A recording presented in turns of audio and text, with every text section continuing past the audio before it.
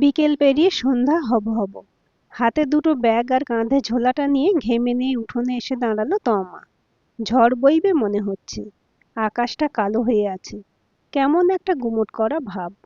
সারা উঠোনে সকালে যেমন জামা কাপড়গুলো মেলে দিয়ে গিয়েছিল তেমনই সব পড়ে আছে। দেখেই মাথাটা গরম হয়ে গেল। বাইরে থেকে টিভির আওয়াজটা শোনা যাচ্ছে। দরজা জানালা সব বন্ধ। বাইরে কি হচ্ছে কারোর কোনো খেয়ালই নেই। আর ও একা একাই এই সংসারের পেছনে সেই কাক ভোর থেকে রাত পর্যন্ত এক নাগাড়ে ছুটে চলেছে। ধুর, জীবনটাই তেতো হয়ে গেছে। ব্যাগগুলো দাওয়ায় নামিয়ে রেখে কোমরে শাড়ির আঁচলটা গুঁজে কাপড়গুলো তুলতে যেতেই ঝোড়ো হাওয়া আর বৃষ্টির দাপট শুরু হয়ে গেল। কোনো রকমে কাপড়গুলো নিয়ে বারান্দায় এসে দাঁড়ালো। এরই মধ্যে খানিকটা ভিজে গেছে। ওপরে এসে ডাক দিল তমা। মা, মা, কোথায় তুমি? আসছি। ছুটতে ছুটতে তখন হাঁপিয়ে উঠেছে ও। তুই কখন এলি? ও মা, বৃষ্টি শুরু হয়ে গেছে? বুঝতে পারিনি তো। কি করে বুঝতে পারবে? এত জোরে টিভি চালিয়ে রাখলে বাইরে কি হচ্ছে কিছু কি বুঝতে পারা যায়? চোর এসে সর্বস্ব নিয়ে গেলেও জানতে পারবে না। কি আর আছে নেবার মতো ঘরে যে চোর আসবে? জামা কাপড়গুলোও তো তোলোনি। সবকিছু আমার জন্য ফেলে রাখতে হবে? আমার কি কষ্ট হয় না? আরে, ভুলেই গেছি, তুলতাম তো। বৃষ্টি এসে গেছে বুঝতে পারিনি। আচ্ছা আচ্ছা, বস ঠান্ডা হই, জল দিচ্ছি। সেই সকালবেলা নিজেই সব করে ধরে এক মুঠো নাকে মুখে গুঁজে বেরিয়ে যায় ও। তারপর সেই সন্ধেবেলা বাড়ি ফেরা। মা মরে যাবার পর যখন বিয়ের সম্বন্ধটা আসে এক আত্মীয় সূত্রে, মাতাল বাবা দাদা বৌদির দিনরাত্রি অসহ্য কথার যন্ত্রণা থেকে মুক্তি পেতে মনে হয়েছিল বিয়েটা করেই হয়তো ভালো থাকবে। ভাগ্যিস গ্রাজুয়েশনটা শেষ করতে পেরেছিল। তা না হলে যে কি হতো ভগবানই জানে। সুখের মুখ তো আর এ জীবনে দেখা হলো না। আর তা প্রত্যাশাও করে না ও। আগে আগে সত্যি খুব অসহায় লাগতো নিজেকে। কিন্তু পোড় খাওয়া জীবনে এখন জীবনের মুখোমুখি দাঁড়িয়ে লড়াই করতে শিখেছে ও। বুঝেছে বাঁচতে গেলে লড়তে হবে। এটাই জীবন। তার সাথে এই দুটো বুড়ো বুড়ি। রাগ যে হয় না কখনো কখনো তা নয়। ইচ্ছে করে সব ছেড়ে চলে যেতে। তবু গলার কাঁটার মতো না পারে ফেলতে, না পারে গিলতে। কোথাও আর যাওয়া হয়ে ওঠে না ওদের ছেড়ে। সত্যি বলতে ওর যাবার জায়গাও নেই। এলআইসি এজেন্টের কাজটা শুরু করেছে 2 মাস। সারাটা দিন একে ওকে তোষামোদ করতে করতে ক্লান্ত হয়ে বাড়ি ফেরে সন্ধেবেলা। তারপর সন্ধে 6টা থেকে আবার একটা টিউশনি ব্যাস। তাও আজ যা বৃষ্টি হচ্ছে মনে হচ্ছে কেউ আসবে না। কখন বেরিয়েছে সকালবেলা পেটে দুটো ভাত দিয়ে। নিজে এসে দুমুঠো ভাত না ফোটালে খাবার জুটবে না। তার উপর দুজনে ঘাড়ের উপর বসে। ভেতরে এসে ভিজে শাড়ি পাল্টাচ্ছিল তমসা। একটু চা কর তমা, সন্ধে হতে গেল তো। প্রতিদিনের এক রুটিন। একে শরীরটা চলছিল না আজ আর। কথাটা শুনেই মাথাটা গরম হয়ে গেল। বসার ঘরে এসে বলল, সেই সকালে কখন বেরিয়েছি। একটু চাও কি নিজে করে খেতে পারো না? পারলে তোকে বলতাম। গ্যাস জ্বালাতে পারি না আমি, জানিস না তুই? বলে গজগজ করতে করতে ঠাকুর ঘরের দিকে চলে গেল বুড়ি। তমার কথা না বাড়িয়ে রান্নাঘরে গিয়ে চায়ের জলটা বসালো। অনেক বছরের পুরনো বাড়ি। জায়গায় জায়গায় চুন সুরকি ওঠা, ঘুণ ধরা, পোকায় কাটা। শেষ কবে যে রং হয়েছিল কে জানে। রান্নাঘরের একটা জানালা দিয়ে বাইরের দিকে তাকিয়েছিল তমা। 3টে ঘর, কড়ি বর্গা, চুন সুরকির ছাদ। একটা রান্নাঘর, একটা ছোট ঠাকুর ঘর, বসার ঘর আর ঘরের সামনে ছোট্ট বারান্দা পেরিয়ে এক ফালি উঠোন। পুরনো স্যাঁতসেঁতে শ্যাওলা পড়া পাঁচিল দিয়ে ঘেরা। বেশ কয়েকটা ফুলের গাছ লাগিয়েছিল তমা নিজেই। কতদিন কিছু করা হয়ে ওঠে না। শুধু মনে পড়লে একবার জল দেওয়া। বৃষ্টির জলে ধুয়ে মুছে গাছগুলো যেন প্রাণ ফিরে পেয়ে হাওয়ায় দুলছিল। দেখে মনে হলো ওরা যেন পরিহাস করছে তমার দিকে তাকিয়ে। নিজের পোড়া কপাল আর শ্রীহীন বাড়িটাতে প্রাণ শক্তিতে ভরপুর গাছগুলো যেন বড্ড বেমানান।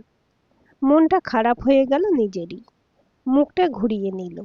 মাঝে মাঝে যে কি হয় কে জানে। রাগের মাথায় কি সব বলে ফেলে। চায়ের ট্রেটা নিয়ে বসার ঘরে যেয়ে ডাক দিল, মা, বাবা, এসো, চা এনেছি। সবাই এসে বসে পড়ে সাথে সাথে। ওদের এই ভাব, এই ঝগড়া।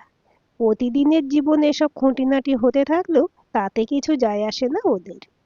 হ্যাঁ রে, বৃষ্টি কমলো বাইরে? না বাবা, এখনো টিপ টিপ করে হচ্ছে। আমি যে একবার বের হতাম রে। এই ঝড় বৃষ্টিতে অন্ধকারে কোথায় যেতে? চোখে দেখতে পাও না তো ভালো। সুগারের ওষুধটা শেষ হয়ে এসেছে। ভেবেছিলাম একটু যেয়ে নিয়ে আসবো। আগে বলবে তো। আজকের মতো আছে তো? আমি কাল ফেরার সময় নিয়ে আসবো। হ্যাঁ রে, আজকের মতো আছে। তোকে আর কত বলি। থাক, নাও, চাটা নাও, বলে শ্বশুর মশাইয়ের দিকে চাটা বাড়িয়ে দিল। চায়ের কাপটা থেকে একটা চুমুক দিয়ে বললেন, ধুর, একটুও চিনি দিসনি। এরকম খাওয়া যায়? হ্যাঁ, তোমার সুগারের ওষুধ নিয়ে আসবে, আবার তোমাকে চায়ে চিনিও দেবে। কতদিন তোমার সুগার টেস্ট করানো হয়নি বলো তো? দেখি, এ মাসে যদি কিছু ম্যানেজ করতে পারি। নে, ঠিক আছে, আমি চিনি ছাড়াই খেয়ে নিব।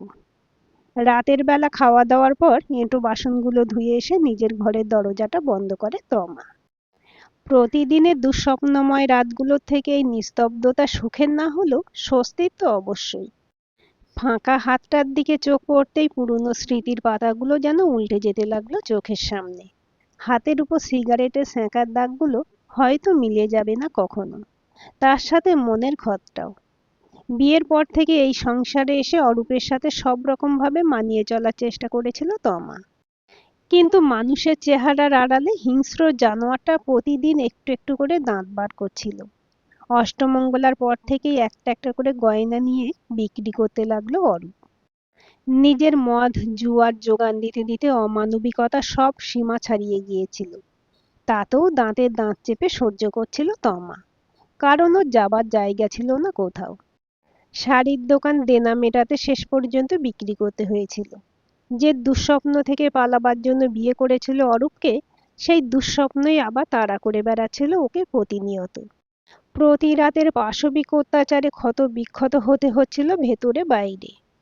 অবশ্য শ্বশুর শাশুড়ি দেবতুল্য তমার, কখনো মেয়ে ছেড়ে বৌমা মনে করেনি ওকে। কিন্তু ওদের এই মাত্রাতিরিক্ত ভালো মানুষই আর নিষ্ক্রিয়তাটুকুই পেয়ে বসেছিল আরো অরূপকে। মারধর অত্যাচার কোনো কিছুই বাদ ছিল না। একদিন তমাকে গলা টিপে ধরলে শ্বশুর মশাই ছাড়াতে চেষ্টা করেছিলেন। মদের নেশায় বলেছিল অরূপ, সবগুলোকে মেরে একদিন ঝুলিয়ে দেব। শেষ পর্যন্ত ধার দেনায় জর্জরিত হয়ে তখন ও সর্বশান্ত। যেদিন জানতে পেরেছিল তমা অন্তঃসত্ত্বা, সিঁড়ি থেকে ঠেলে ফেলে দিয়েছিল অরূপ তমসাকে। বলেছিল, শালি, নিজের খাবার জোগাড় করতে পারি না, আবার বাচ্চা। তোকে মেরে ফেলবো আজ। না থাকবি তুই, না থাকবে ঝামেলা। তমা সত্যি বাঁচাতে পারেনি নিজের গর্ভের সন্তানকে, কিন্তু নিজে বেঁচে ফিরেছিল। মৃত্যু নেই বলেই হয়তো। কিন্তু সময় নিজের পাপের হিসেব কড়াই গণ্ডায় মিটিয়ে নিয়েছিল। 1 মাসের মাথায় ওর ঝুলন্ত দেহটা পাওয়া গিয়েছিল বাস ডিপোর ধারে কাজুর বাগানে। মুখে না বললেও স্বস্তির নিঃশ্বাস নিয়েছিল সেদিন এই বাড়ির সবাই। যা ওরা করতে পারেনি ভগবান তা করে দেখিয়েছিল। মাঝখানে কেটে গেছে 6 মাস। অনেক কিছু পাল্টেছে, কিন্তু পাল্টায়নি তমার ভাগ্য। অবশ্য সেই আশাটুকু ছেড়ে দিয়েছে ও অনেকদিন আগেই। নতুন করে জীবনযুদ্ধে টিকে থাকার চেষ্টা করছে শুধু। ইচ্ছে করলে অবশ্য পুরোপুরি বুড়ো বুড়ি দুটো দায়ভার থেকে নিজেকে মুক্ত করতে পারত। কিন্তু নিজের তো একটা বেঁচে থাকার অজুহাত দরকার। অসহায় দুটো মানুষই হয়তো ওর কাছে সেই অজুহাতটুকু। আবার নতুন একটা সকাল, একই গড়পড়তা জীবনের গতানুগতিক চালে। রান্নাঘর থেকে সবজির ঝুড়িটা বের করে তরকারি কাটতে বসলো তমা। বসে খেয়াল হলো বটিটা আনতে ভুলে গেছে। ডেকে বলল, মা, মা, ও মা, দিয়ে যাও না একটু বটিটা। বেশ কয়েকবার ডাকার পরে উত্তর না পেয়ে বিরক্ত হয়ে নিজে রান্নাঘরে গিয়ে দেখলো ওখানে দাঁড়িয়ে আছে শাশুড়ি মা। কি গো, শুনতে পাচ্ছ না? এতবার ডাকছি তোমায়। ডাকছিলি? না রে, ভাতের ফ্যানটা গড়াচ্ছিলাম, শুনতে পাই না তো। কানের মেশিনটা লাগাওনি কেন? ব্যাটারিটা মনে হয় খারাপ হয়ে গেছে জানিস। কই, বলনি তো। হ্যাঁ রে, আর কত বলবো, ভুলেও গিয়েছিলাম। মনে মনে হিসেব করে দেখে তমা, নতুন কানের মেশিন তো কিনে আনতে পারবে না। দেখতে হবে যদি ব্যাংকে কিছু টাকা পড়ে আছে। একটা দীর্ঘ নিঃশ্বাস নিয়ে বলে, আচ্ছা, চিন্তা করো না, নিয়ে আসবো। মনটা খারাপ হয়ে যায় তমার। কথা না বাড়িয়ে দেখে 8:45 বেজে গেছে। সব সেরে 10টার মধ্যে বেরোতে হবে। এই 23 বছর বয়সেই শরীরটা যেন বার্ধক্য চেপে বসেছে। উদ্দেশ্যহীন ভালোবাসাহীন একটা জীবন। আজকে অফিসে যেতে হবে একবার, টার্গেটটাও এখনো কমপ্লিট হয়নি। মাস শেষ হতে আর একদিন বাকি। কম করে আর একজনকে একটা এলআইসি করাতেই হবে। এসব 7-5 ভাবতে ভাবতে অফিসে গিয়ে যখন পৌঁছলো, তখন বেলা 11টা। সুপ্রভাত। ঘুরে তাকাতেই দেখে হাসি মুখে রঞ্জন দাঁড়িয়ে আছে পেছনে। মনে মনে একটু বিরক্ত হলেও হালকা হেসে বলল, হ্যাঁ, সুপ্রভাত। কেমন আছেন? এই চলে যাচ্ছে আর কি। আপনি? আমিও একা মানুষ। আমার আর কি ভালো থাকা খারাপ থাকা। বলে পাশ কাটিয়ে চলে গেল তমসা।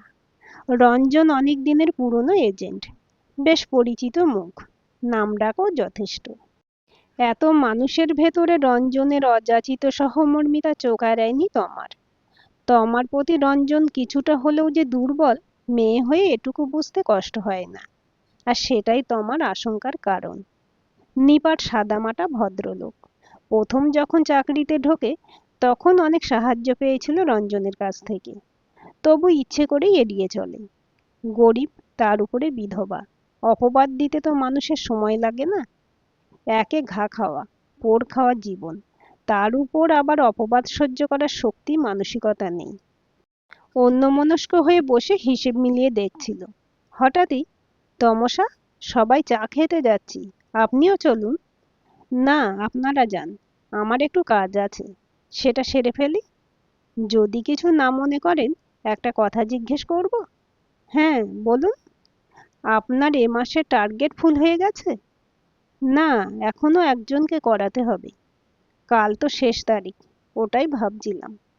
বলছিলাম আমার তো অনেক আগেই হয়ে গেছে।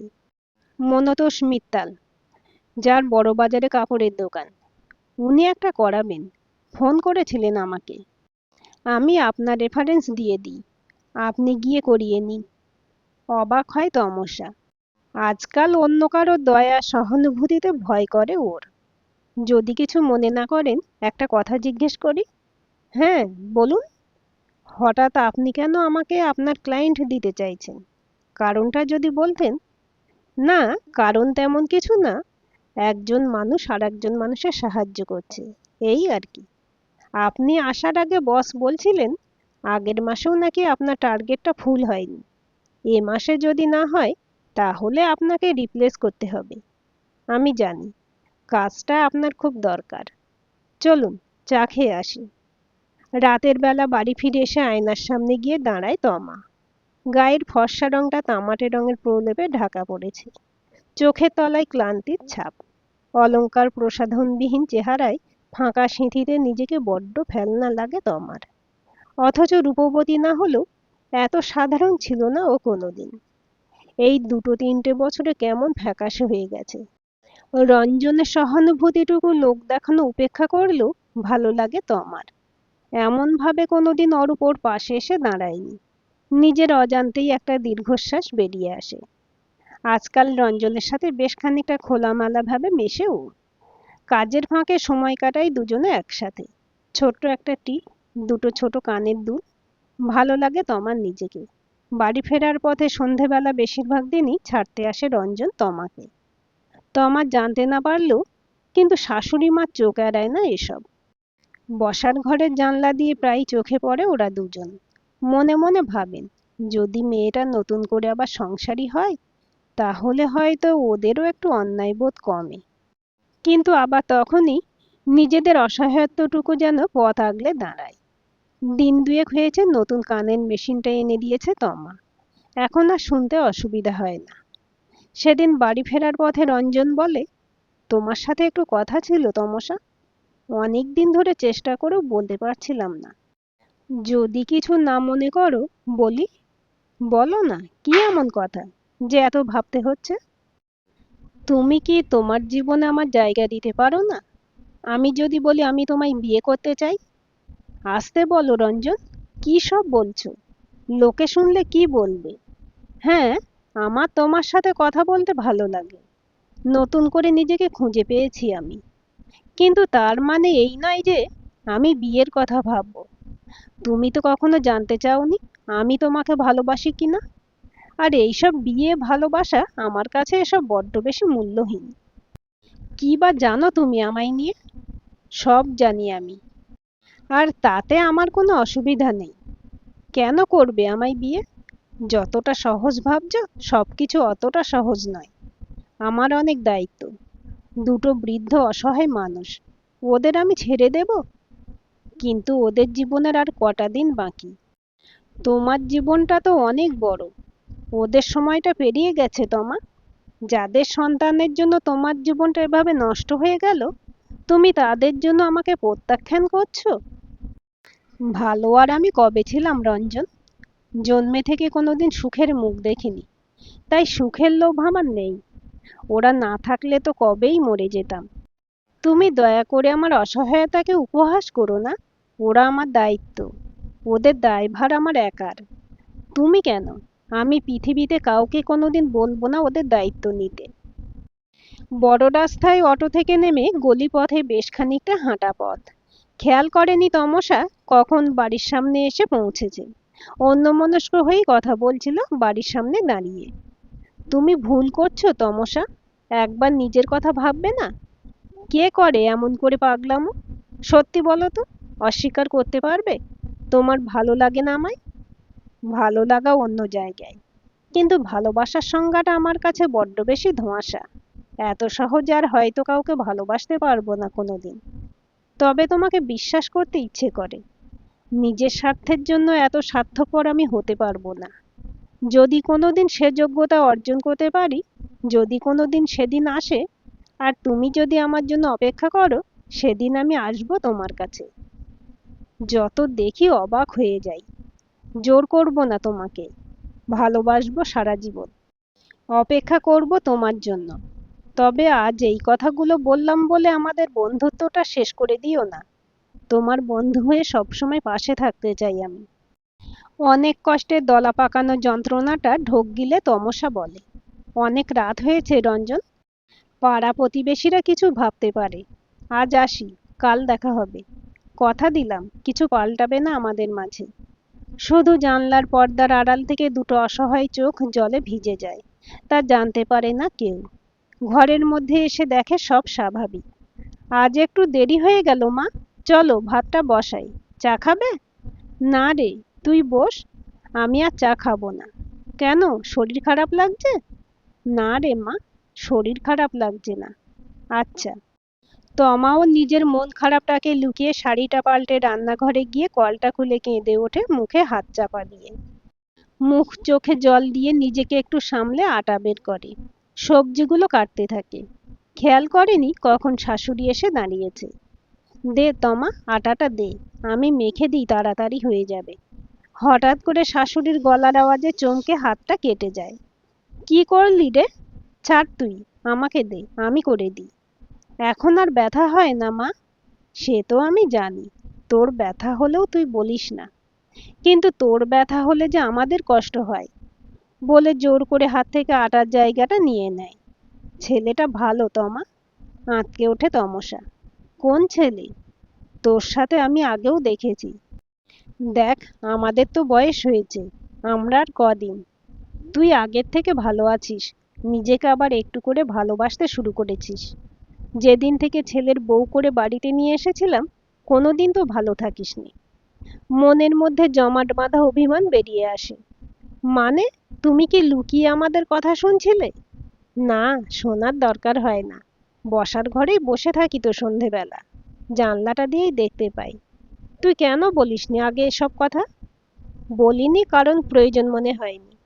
যে কথার কোনো মানে নেই, যে সম্পর্কের কোনো ভবিষ্যৎ নেই, কোনো মূল্য নেই, কোনো দাম নেই, কি লাভ সেসব কথা বাড়িয়ে? আমি তো ভালো থাকার সব আশা ছেড়ে দিয়েছি মা। এত সোজা নয় রে জীবনটা, অনেক বড় তোর জীবনটা, সবে শুরু হয়েছে। প্রতিদিন আমাদের অপরাধবোধ আমাদের একটু একটু করে শেষ করে দিচ্ছে এই ভেবে যে আমার ছেলেটা তোকে কোনোদিন শান্তি দেয়নি। আর যাবার পরেও আমরা দুটো বুড়ো বুড়ি তোর ভালো থাকার পথে বাধা হয়ে রয়েছি। যদি তোকে সুখী দেখে যেতে পারি তবে আমরা মরেও শান্তি পাবো। পেছনে তাকিয়ে দেখে শ্বশুরমশাই দাঁড়িয়ে আছে। এত স্বল্পভাষী একটা মানুষ এভাবে তার সামনে দাঁড়িয়ে আজ এই কথাগুলো বলবে কোনোদিন স্বপ্নেও কল্পনা করতে পারিনি তমসা। এভাবে বলো না বাবা।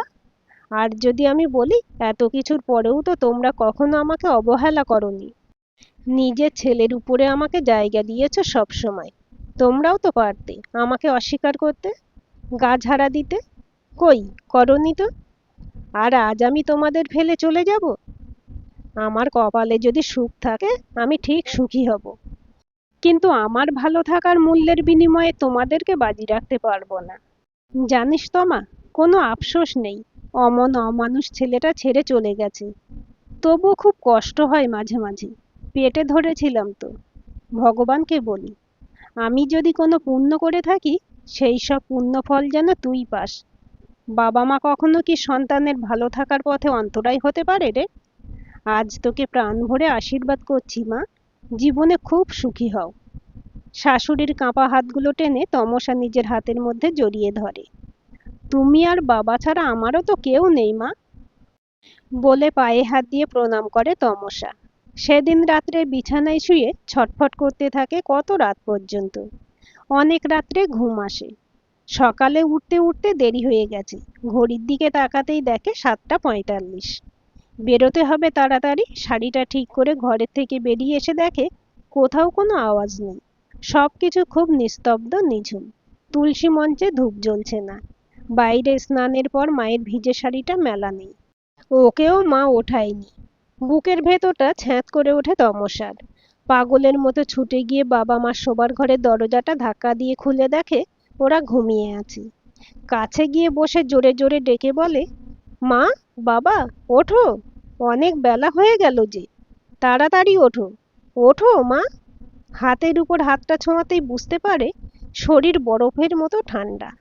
প্রাণ ছেড়ে গেছে বহু আগে। দুজনের ঠোঁটে চোখে লেগে আছে অপরিসীম পরিতৃপ্তি, যেন এখনো বেঁচে আছে ওরা। সেই অমলিন হাসি। দুজনকে জড়িয়ে ধরে চিৎকার করে কেঁদে ওঠে তমসা। খাটের পাশে রাখা এক টুকরো কাগজ আর ঘুমের ওষুধের খালি স্ট্রিপটা। কাঁপা কাঁপা হাতে লেখা তাতে, তমামা, অনেক ভেবে সিদ্ধান্তটা নিলাম। এমনিতেও আর দেওয়ার নেই কিছু আমাদের কাউকে। আমরা এখন নিজেকেও বয়ে বেড়াচ্ছি, আর তোকেও ভালো থাকতে দিচ্ছি না।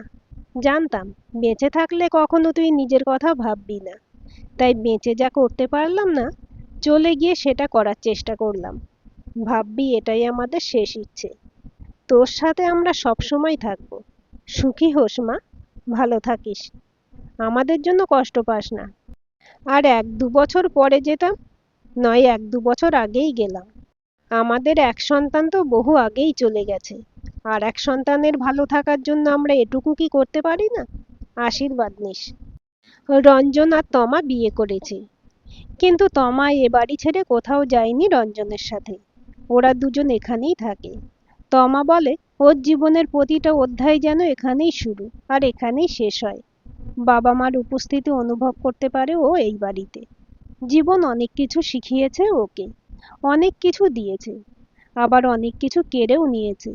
তবে আজ আর জীবনের প্রতি কোনো অভিযোগ নেই। যে জীবনকে একদিন অনেক বেশি মূল্যহীন মনে হতো আজ তাকেই অনেক বেশি অমূল্য মনে হয়। ভালোবাসতে শিখেছে ও আজ নিজেকে নতুন করে। তা না হলে ওই দুটো মানুষের সব আত্মত্যাগ ব্যর্থ হয়ে যাবে যে। সত্যি, জীবন ওকে শিখিয়েছে এভাবেও ভালোবাসা যায়। এতক্ষণ শুনলেন এভাবেও ভালোবাসা যায় গল্পটি। গল্পটি লিখেছেন সুহিতা শিকদার। আজকের গল্পটি কেমন লাগলো জানাতে ভুলবেন না। ভালো লাগলে লাইক, শেয়ার এবং সাবস্ক্রাইব করবেন।